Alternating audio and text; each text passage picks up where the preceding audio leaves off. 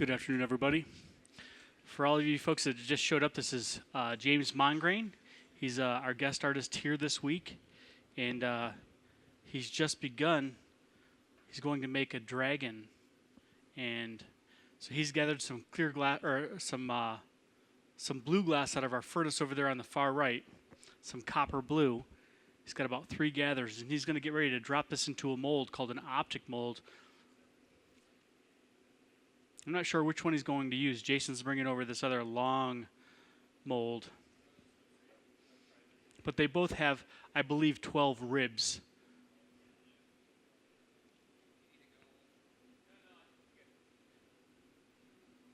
So this is the setup of the body of the dragon. He's just shaping it on this table called a Mongrain table into a tapered cylinder. Once he drops it into the mold, he's going to have ribs on the surface of the glass. Then he'll start to shape the body of the dragon.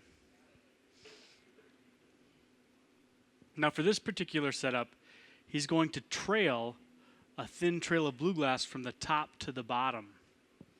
So here he goes. He drops it into the mold.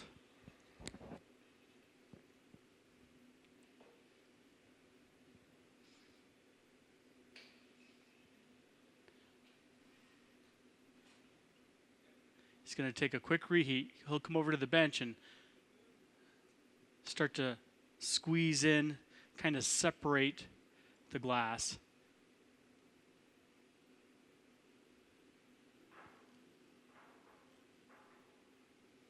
If you look closely, you can see those ridges on the surface of the glass.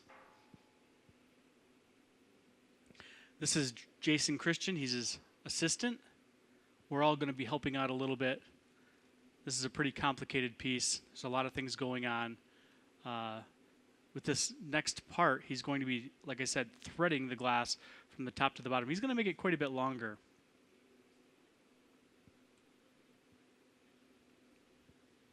If you guys have any questions, just get my attention. We'll try to answer anything you'd like to know. So he's been working on these similar pieces all morning long. We just finished putting a dolphin into the annealing oven over here. We have, I believe, 4 pieces in there already. This will be the 5th one.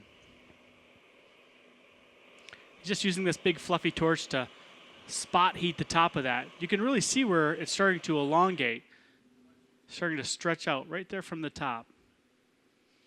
Now he's going to use the metal jacks to squeeze in a really sharp constriction right off the end of the iron. Now this is how we're going to remove it from the blowpipe here after we're finished putting the trail on there.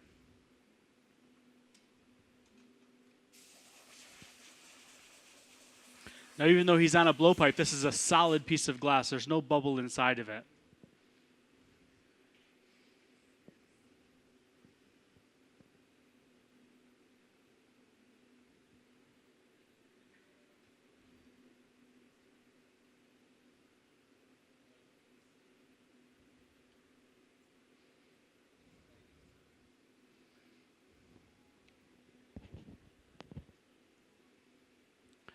Jim's been working on this body of work for a while. Now I've known that he's made a lot of goblets, and usually a Venetian goblet is much smaller. You'll see either a swan goblet or a dolphin goblet or a dragon goblet. Well, these pieces he's really supersized. I think all of the pieces that he's making this morning are going to be lids for large vessels. He was here last summer, and he made a vessel that was about this tall. So it had 2 seahorses on the side of it, and he'll make a covered lid for the top of it with a seahorse on it.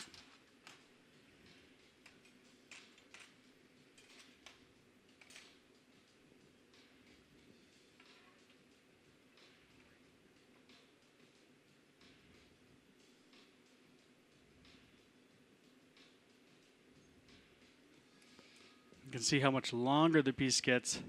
The longer it is, it gets a lot harder to control it. You see it's really moving around quite a bit. It's keeping everything nice and centered. He wants it fairly straight when we put that wrap on there. We have 2 sets of rollers over here there are two wheels that are offset, and he'll put it on the wheels, start way out here at the end, and he's going to wind the trail on it. You'll see it'll go from the top to the bottom.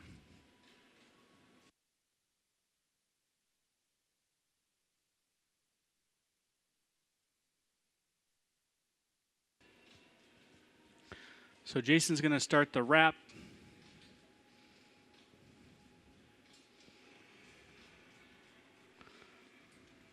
Now this is something that's we have to do all in one shot. So all the temperature, the timing has to be just right. Eric Meek, he's standing over here to the right. He's got a paddle in his hand. He'll probably stand at the end to keep the tip of it straight. If it starts to fall off center too much, it's going to be flopping up and down as we're trying to trail it on there. I'm going to back Jim up in the back of the iron just to hold it down. When we stick it out at the end, only a little bit of it's off of the right side.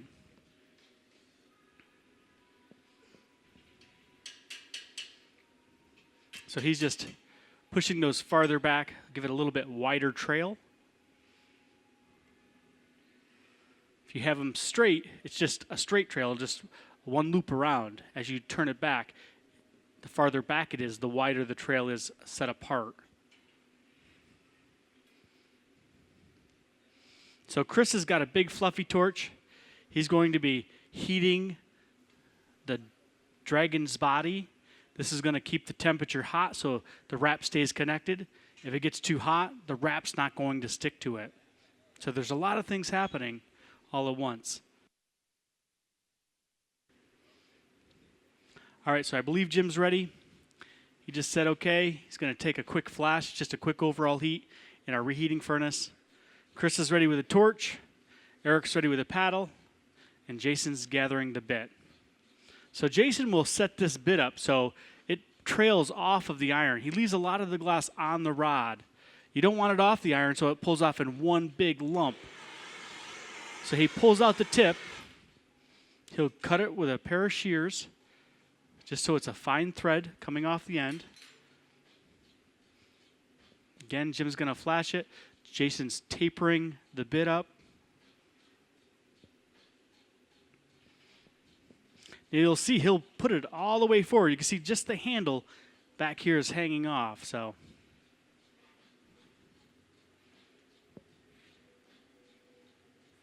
all right. Push down on that. Yep.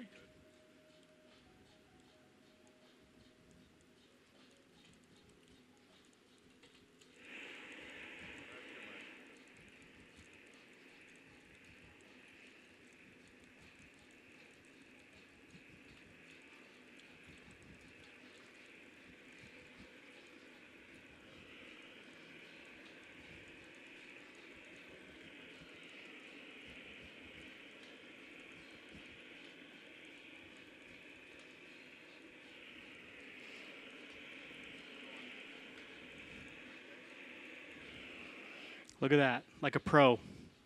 Sometimes we even clap for things that go really well. I was holding my breath. I think that's the third one we've done. Each one has gotten consistently better. And that's really because of the team. We're not really used to working with Jim. Now, Jason Christian he's Jim's #1 assistant, so he's worked with him for about 7 years. They both have many years of experience. Jason's been blowing glass for about 18 years. Jim's been blowing glass for over 30. They're both from Seattle, Washington. That's actually where Jim lives now, but I think, Jim, aren't you from Minnesota? I am. International Falls. International Falls.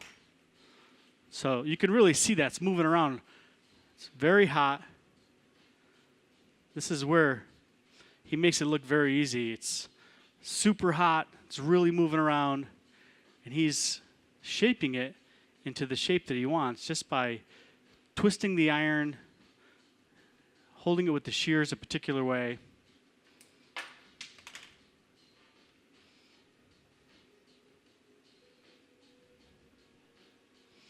Now these paddles that he's using right here, these are cork paddles. So the material is just like a cork you'd find in a wine bottle. They work really well for shaping the glass without marking it up. Again, you're going to see Jim use this fluffy torch quite a bit because that thread that he applied, it's very thin. That thread cools very quickly. If it cools too quick or cools too much, it's going to snap off of there.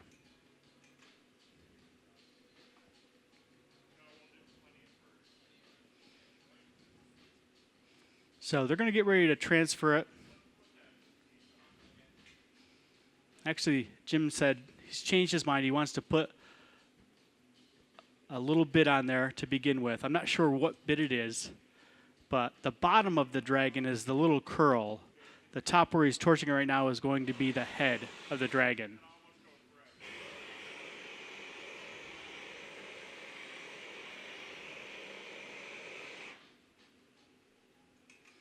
Now Eric, he's going to be flashing the piece. It's just a quick overall heat to make sure that it stays hot. You'll see him use the reheating furnace to flash the whole piece and that fluffy torch to specifically heat certain areas.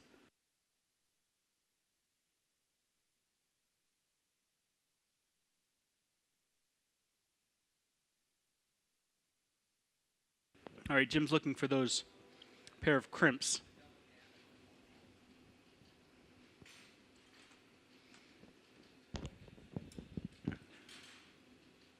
Again, Jason has gathered a bit, shaped it in a very specific way, so when they add it, the glass will flow off of his rod onto the piece very evenly. So you can see he holds it straight up and down. It doesn't just fall off into a big lump. Look at how it trails very evenly all the way down to the bottom. Now he didn't go all the way to the end. While it's still really hot, he can crimp it. Now that's the same colored glass, that copper blue, but you can really see the difference in temperature.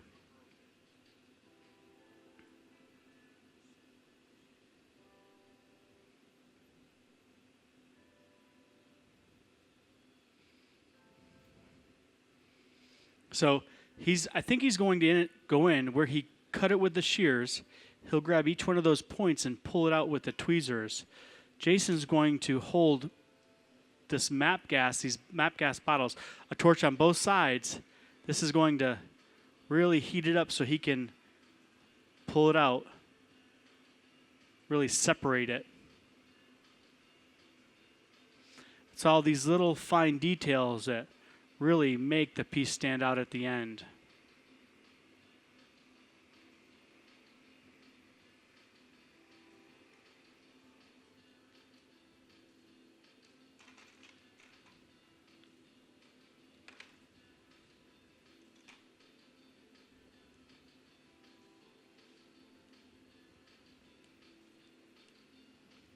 Does anybody have any questions so far?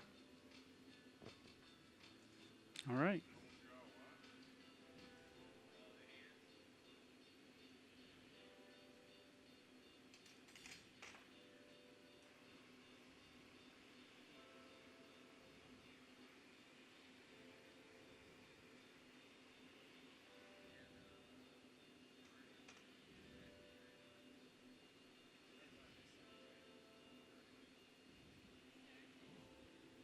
Yes. Do you have a question up there? Great. How heavy is it? Well, he's got 3 gathers of glass. I would say this is probably maybe 5 or 6 pounds, which doesn't sound like a lot, but if you think about putting a 5-pound bag of sugar on a broomstick and try to keep it turning all the time, or say a rock that size on the end of a shovel, because it's all the way at the end, it's a lot heavier to lift.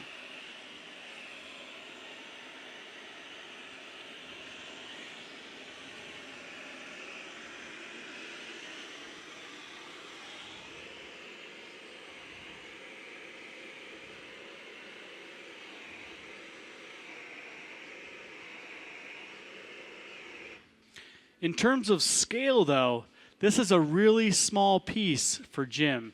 He's really used to making large work. And when I say large, anywhere between 75 and 100 pounds. If you try sticking 100 pounds on the end of a 4-foot blowpipe, the weight is unbelievable. And that's where the team aspect really comes in. He's not trying to do it all himself. He'll have, 4 or 5 or 6 guys helping him out doing, different parts of the process.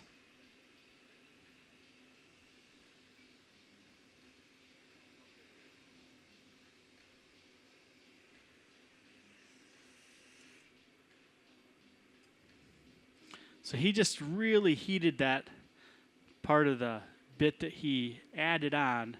Looks like he's pushing it down over, and I think that that's where they're going to punty the piece to, right there in that section.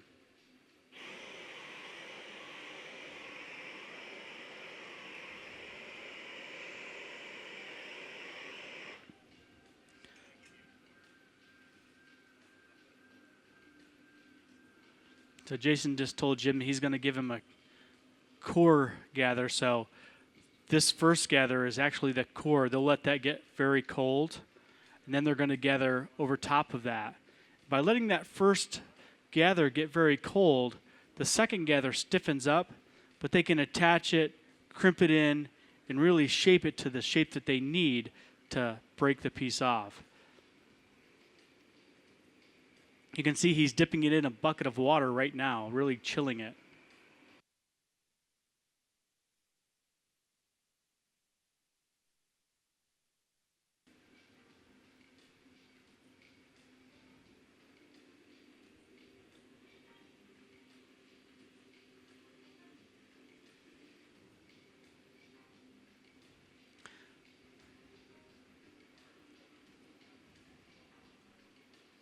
Now, this is actually being live streamed right now on the museum's web channel, and you can go on your computer and watch this. I think they even have a place where you can ask questions on the live stream. Or you guys can just ask them right now.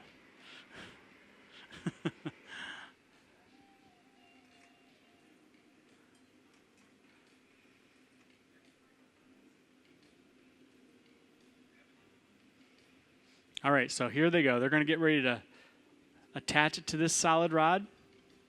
He gathered a little bit of blue over top of it, so that's blue glass on the punty.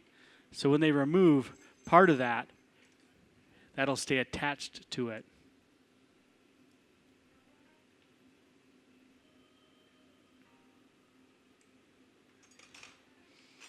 He'll use these diamond shears to cut in and around.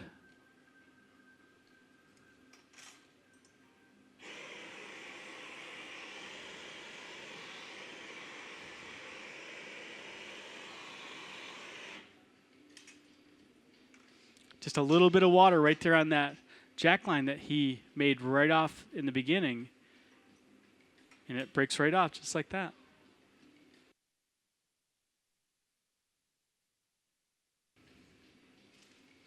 So when you first start blowing glass, that's where things go wrong. Trying to figure out the temperature of attaching the punty and having it cold enough at the top. Getting that temperature just right. It's pretty tricky, especially in the beginning. So usually what happens is the punty's too cold. You go to break it off, it falls off both irons and hits the floor.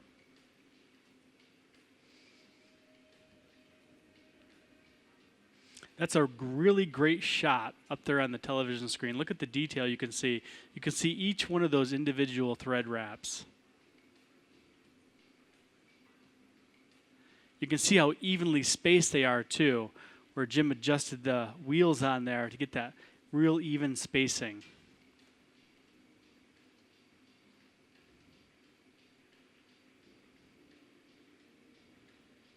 So you can really see where he's focused the heat on the top.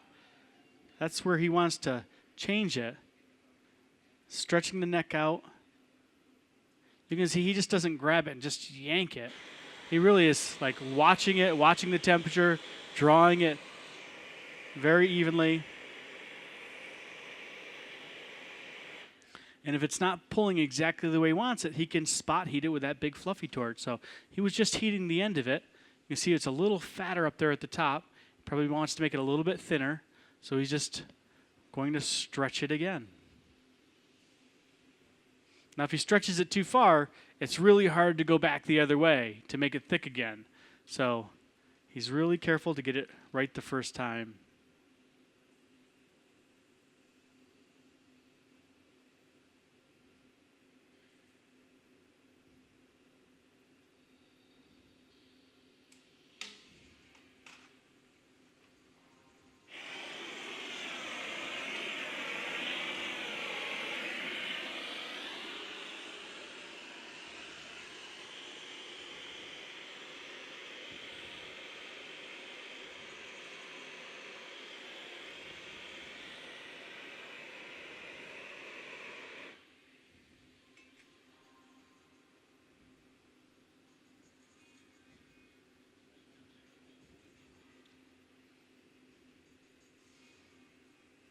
So for the smaller scale dragon, it'll have they usually put the face on there, cut the mouth in, and then they have two pretty big sized wings on the side of it.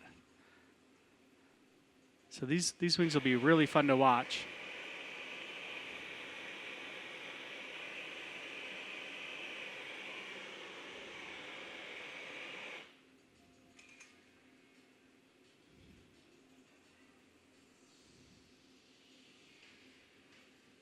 So Jim is actually going to be here in town for 2 weeks. The first week he's doing demonstrations so the public can watch. But next week he's doing a residency at the artist, or at the studio. But anybody can still go in and watch it. There's a set of bleachers over there. There'll be nobody narrating or talking about the process, but you can actually watch him make his work.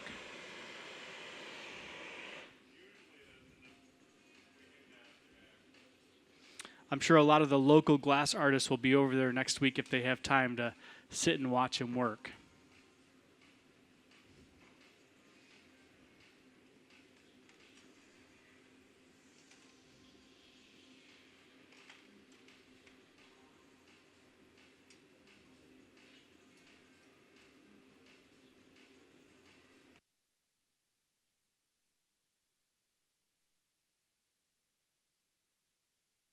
So Jason's thinking of the bit that he needs to bring.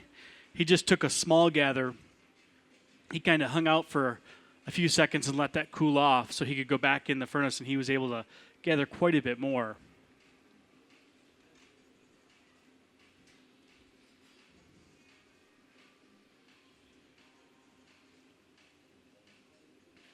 Again, he'll shape that bit over there with the tweezers and the shears. Kind of holds the back of the iron down while he pulls out and trims some of that off the front. Now he's rolling it on the table to get that nice taper. And when he brings it over, you'll see how evenly that'll pull off of there. He holds it nice and level. When Jim is ready for it, he'll hold the shears up, and Jason will bring it straight up and down. And watch this, it'll trail it all the way down. Look how evenly that pulls off of there.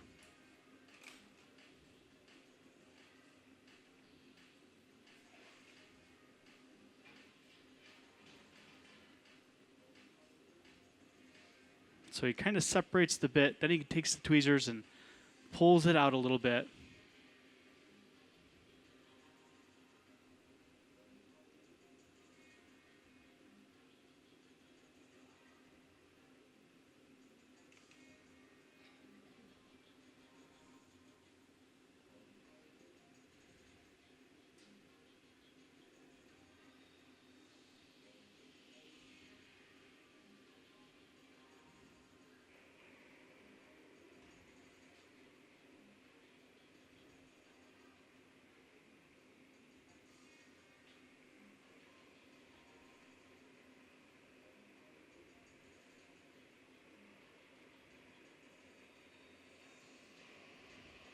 And occasionally you'll notice that he's heating the glass on the rod, the punty iron. Very important to keep that part hot also. Really, the iron is drawing a lot of temperature out of the glass. When things start to break, usually they'll start to break from the punty all the way up into the piece. So you'll see him spot heat that.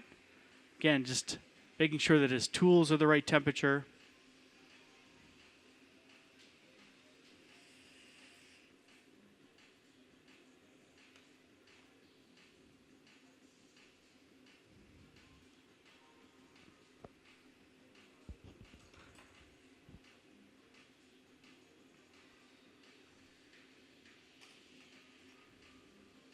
Now this is a really nice way of making a piece all out of a solid colored glass. So we melted a tank of copper blue. We had our melting specialist mix up a batch of the copper blue, and he's been testing it every day for about the last 3 days to make sure it's just right. And if we were going to use clear glass and make copper bits, Jason would have to gather the clear, roll it in crushed up colored glass called frit, little chips of glass, and then he would have to heat it in, melt them into the surface, shape it up, and then bring it over. So you could see it would make the process a lot longer. Right here he's doing the head of the dragon.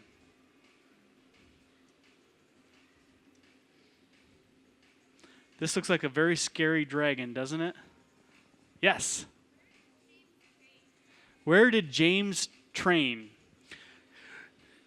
James, we have a question. Where did you get your training from? Well, I went to the Massachusetts College of Art. He went to the Massachusetts College of Art.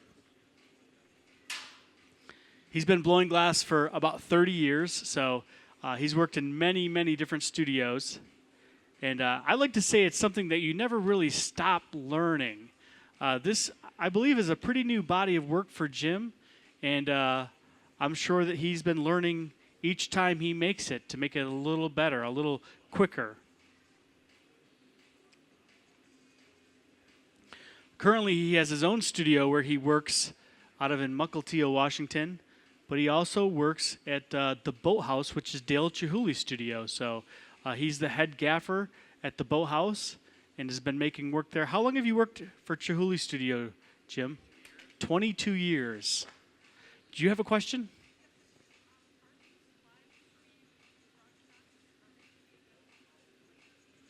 Are these live stream broadcasts going to be available for future viewing? That's a good question. Does anybody here know? It's so new, it's so brand new that we're not sure. But we will find out and we'll let the audience know.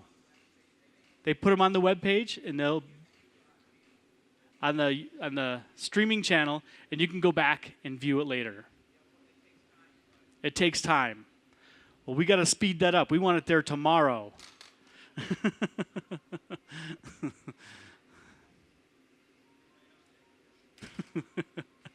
We know people that can make that happen.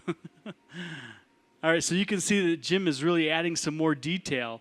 Now, I was talking to you guys, I missed, but they added a couple of eyes, and right now he's pulling out the mouth or the beak of the dragon. Now, I know sometimes in some of the older versions of the Italian-style dragons, they would add a little tongue. Jim, are you going to add a little tongue to this? I am.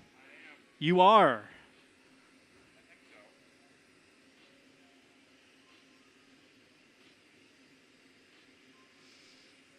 This is really great. You can really see how he can really specifically heat the part that he wants to pull. You can see how he shaped the top part. It's got a nice little curl to it.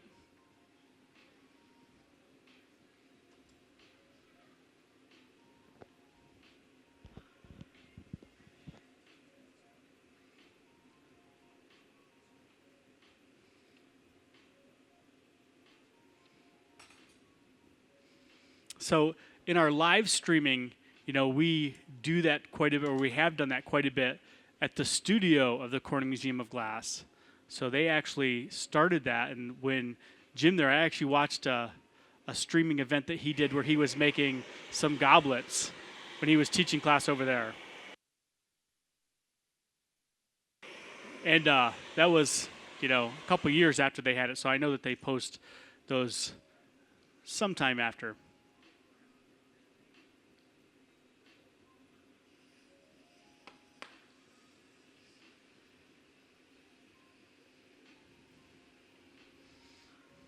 So Jason, he's got a rod of red glass.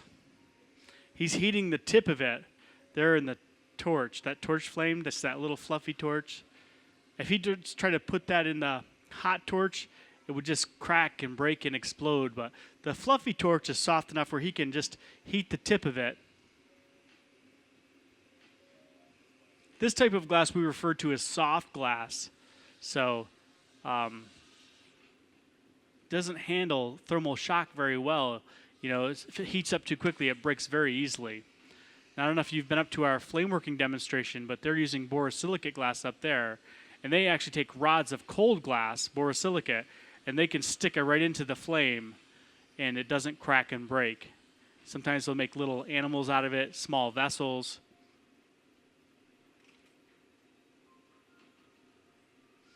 So Jason is just pulling that to a little smaller thread.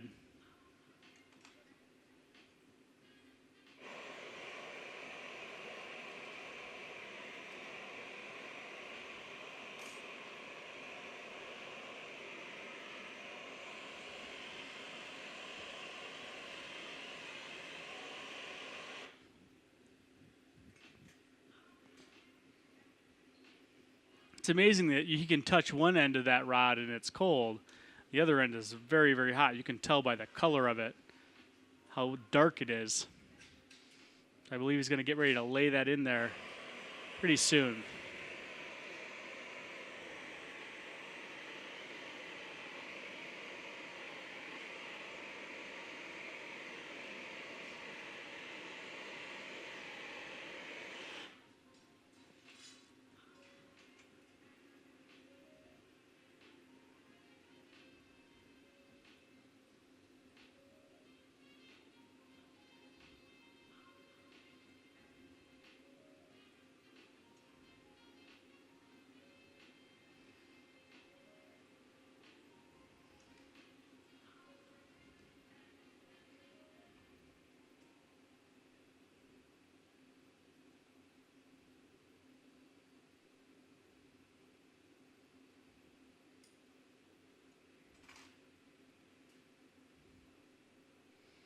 Now, what is a dragon without horns, right? So you can see he cut that bit off at a point. He pulls it up gradually to a nice point. Yeah, I'll come up there and get your question. It's kind of hard to hear back here, especially with the torch.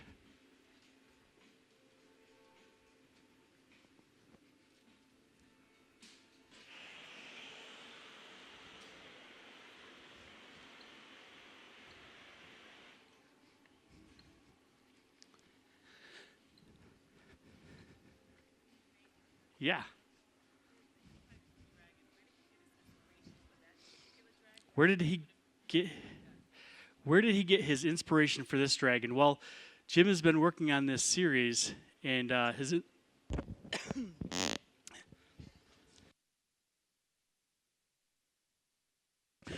inspiration come from the Italian style dragons that they do. Yep. So you can actually go up into the collection and see maybe a dragon similar to this that was made in the 17th century, but they were much smaller. So usually you would see these on the side of a pitcher or maybe the stem of a goblet. It's a very famous goblet made with this style of dragon that the Venetians are well known for. Yep. How much would a piece like this cost? You know, that's a good question. I probably can't afford it myself, but I will ask Jim. Jim, see, and this isn't just a dragon that he just would make and sell. This goes along with I believe this is going to end up on a lid for another very tall vessel, maybe about this tall, with maybe a couple dragons on the side of it. So, Jim, can you give us a price range of what your work sells for in a gallery with a piece like this added onto it?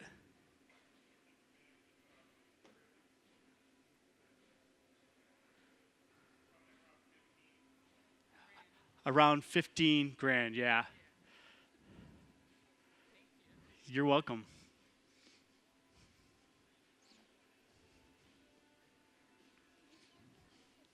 Did anybody else have any questions up here?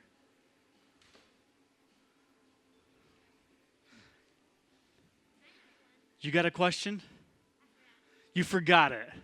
Well, I'm going to be here all day. If you remember it, you can get my attention, and we'll try to answer it.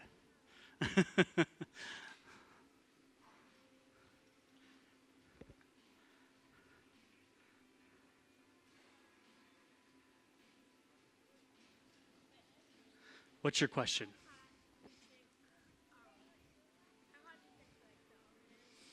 The oven that we're putting the piece into is 2100 degrees Fahrenheit. That's about 1150 degrees Celsius. You probably don't know about Celsius, though, do you?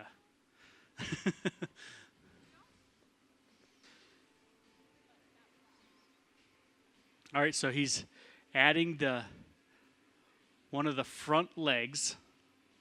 You can see the detail that he's adding. He's cutting them with the scissors to actually make the claws.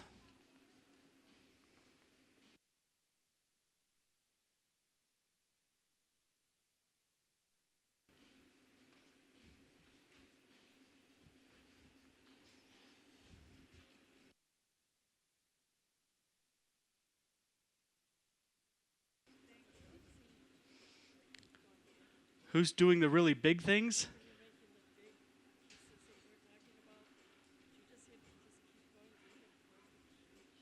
Well, in order to make really large work, you have to just keep going back into the furnace and gathering again and again.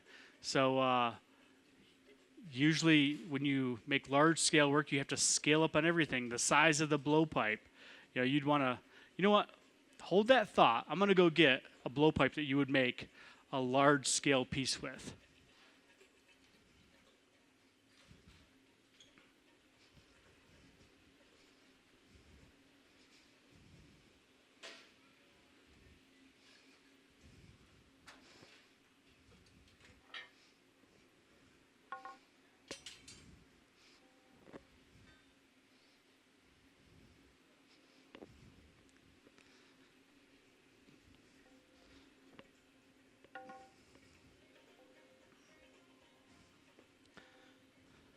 So this pipe in my right hand, this is a goblet pipe. So you would make, a Venetian style goblet with this one. The large scale work you're talking about is a pipe like this. So here, I'll bring this up. You can pick this up and get a feel of how heavy the pipe is. So you could probably put 100 pounds of glass on that pipe. Yeah, that's pretty heavy. And you can feel the difference of this one. This is a goblet pipe. Yep, so if you were going to make, say, a large vessel that Jim would make a top for, you would take this pipe and maybe gather about 6 times. Maybe give you 70, 75 pounds of glass. But it's a different style of working than what he's doing now. He's doing very intricate, work where he's adding each bit, the detail. But like I said, this is going to go on the top of a lid that'll be on top of one of those vessels.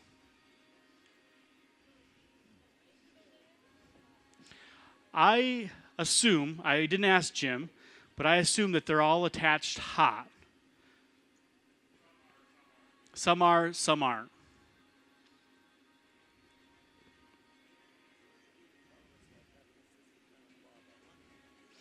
Having a 50-pound blob of honey on the end of a blowpipe, that's when things get really interesting, because when the glass is hot and soft, it adds a lot more torque to the iron. It's harder to turn the rod when the glass is hot and soft because it's moving. When it starts to stiffen up, it's still really heavy, but it's easier to control because it's stiff.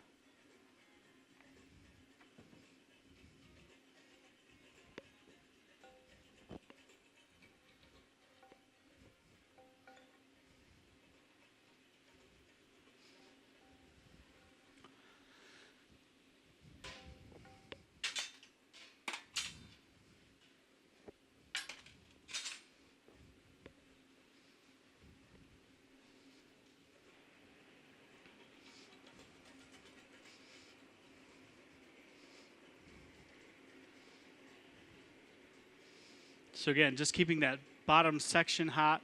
One thing that happens when you're reheating in the reheating furnace, deep inside of the reheating furnace, it's really hot. So the front of it wants to heat up more than the back of it. So he can adjust that by torching the bottom, getting it a little warmer before they flash it.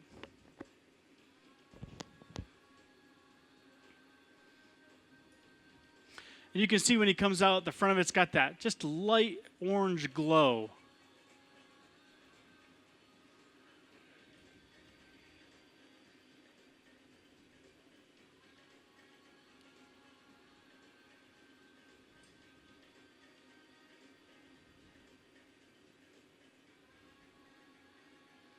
So this is going to be one of the wings. Now, how Jason brought the wing, they attached it to the bottom and he pulled it up, and then Jim cut it at an angle. And you can see how it made it wider at the top.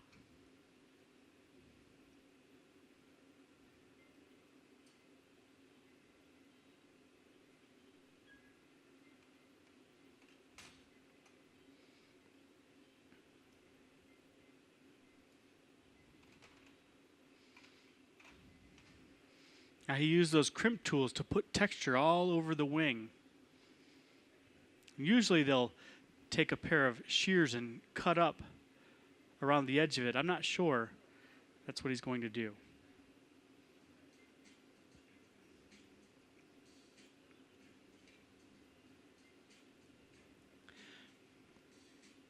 But you can see with the temperature just right, he's able to grab the tip of the wing and draw it up. He gives it that very beautiful shape.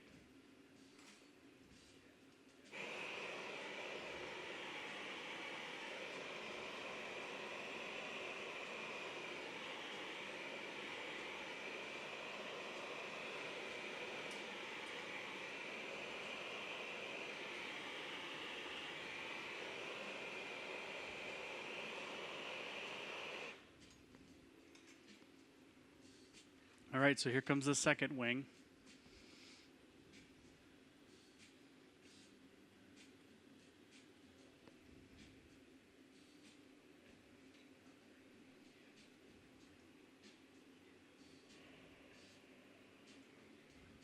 You can see it's moving around quite a bit.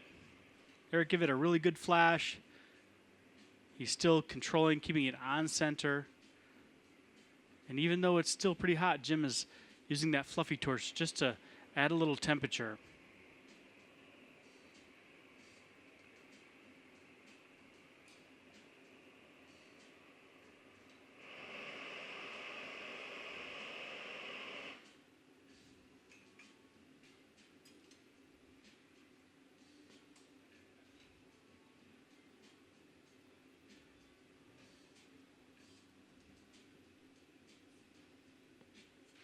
Yes. How do they change color? Well, right now we're using this color out of a colored tank. So we're going to probably use this all week long. I mean, most of the things that he'll make that he wants to use a color pot for, it'll be with this color. Now, if we wanted to switch colors, we would have to drain the tank or scoop it out with a scoop. And then we would wash it by adding clear glass, usually around the top of the pot, and let that wash down over it, and it pulls all the color down to the bottom. We'll scoop that out, maybe do that a few times to make sure all the color's out, and then add a different one. So if he wanted to add, say, a black wings to this blue glass, we have crushed up colored glass called frit. We can gather clear, roll it in the frit, heat it up, and use the color that way. This is a really nice way to make very consistent colored glass. Because it's coming out of the same pot, it's going to be exactly the same. Sometimes if you're making a piece and you can get different variations of the color, because I could roll it in one time and have a light color, roll it in twice and it'll be darker. With this way, it's always the same.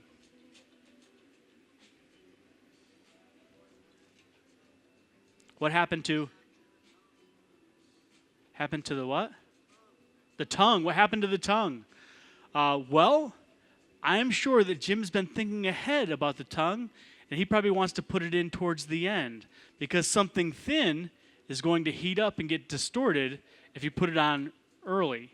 All those flashes, all those heats, or, it could break very easily also. So that's probably one of the last things that he'll add.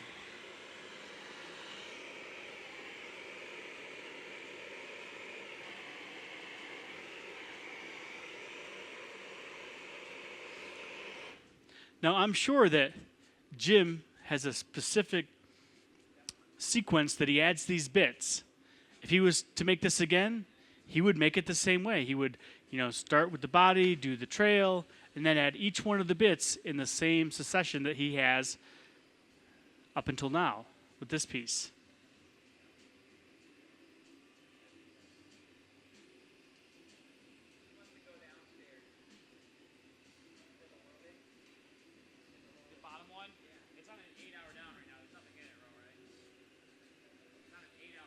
This bottom one here?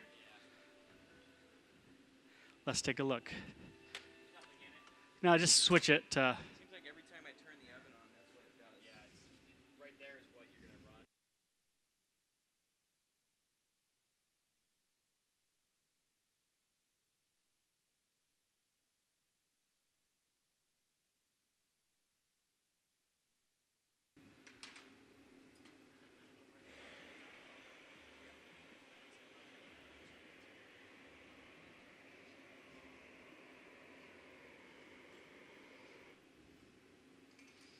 So I believe that they're going to add the tail on the bottom.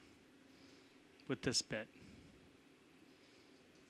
So he has been adding one bit and then clipping it in half. So he cuts it at an angle.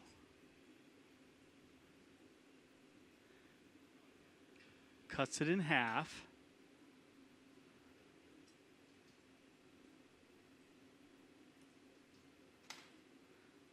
And then he can add the texture with the crimp tool.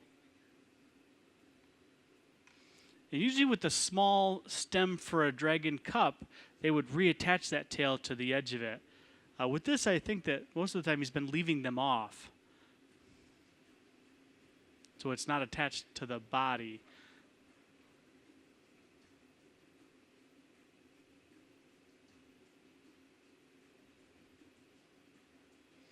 Now at that point, he actually grabbed the bit and kind of pulled it out a little bit to make it a little more narrow, make the joint very nice.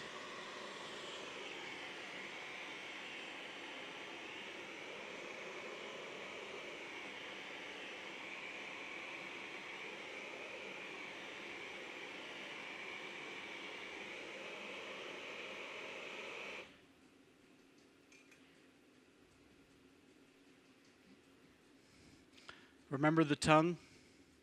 I seen Jim just grab the red glass. I think that he's going to add the tongue.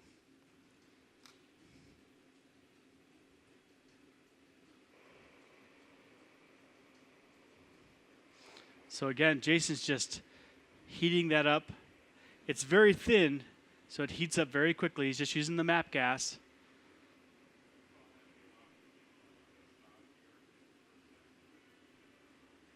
So Jim's just telling Eric how he wants him to hold the pipe.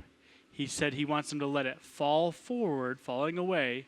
When he's ready to add the tongue, he's going to flip it over so he can stick the tongue in his mouth.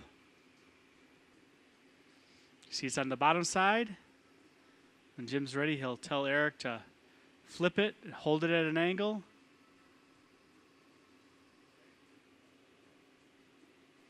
And there he is. He's sticking it in there.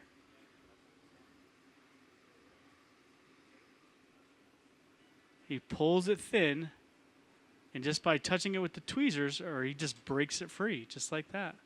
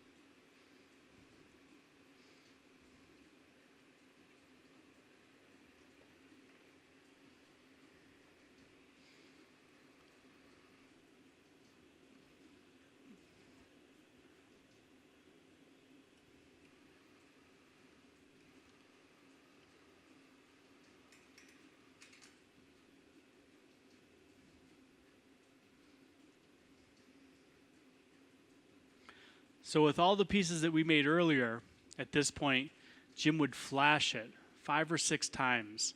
Really get the temperature even from the top to the bottom. Use the torch to really spot heat the bottom of the piece. Right now he's just making sure that a tongue is attached very well. This is where Eric has to be very careful. The tongue is hanging out of its mouth. It'll get too hot too fast if he stays in there too long, and it'll drip on the side of its jaw. So he wants to just heat it hot enough. You can see it hasn't moved a bit. This is where he's evening the temperature.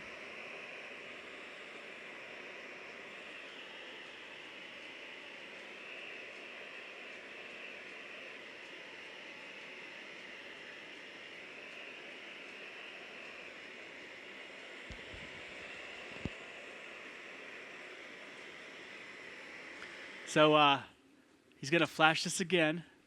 Jason's getting suited up. He's pretty close.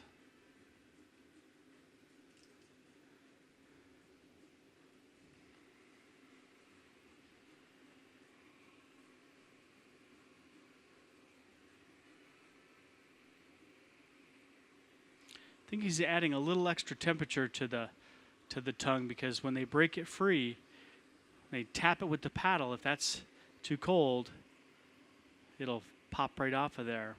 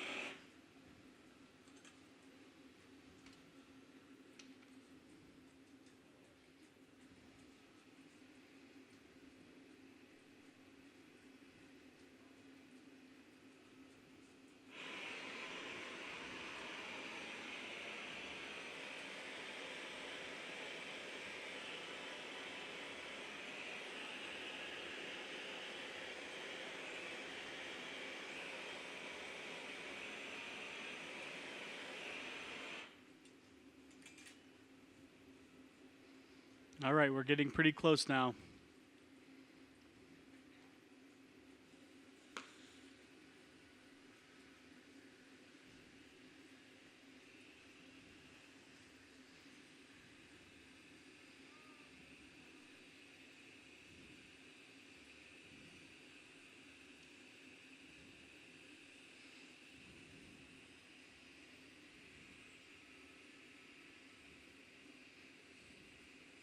Now right there where he's heating is right behind that jack line. This time he'll be able to squeeze it down. Jason's going to heat the gloves. At the very end, once you're ready to put the piece away, you want to make sure that the gloves are warm. If you touch the piece with cold gloves, you can crack it and break it very easily. So he gets right underneath of it. You can see it's moving around.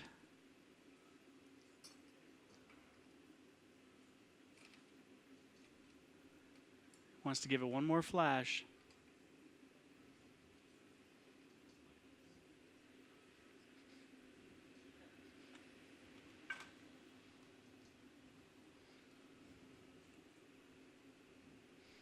So here he's going to carefully put a couple drops of water right there on the punty connection.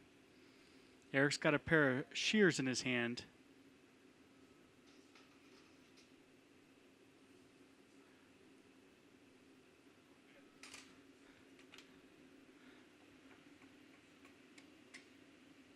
They're going to put this into the oven where it's going to slowly cool down.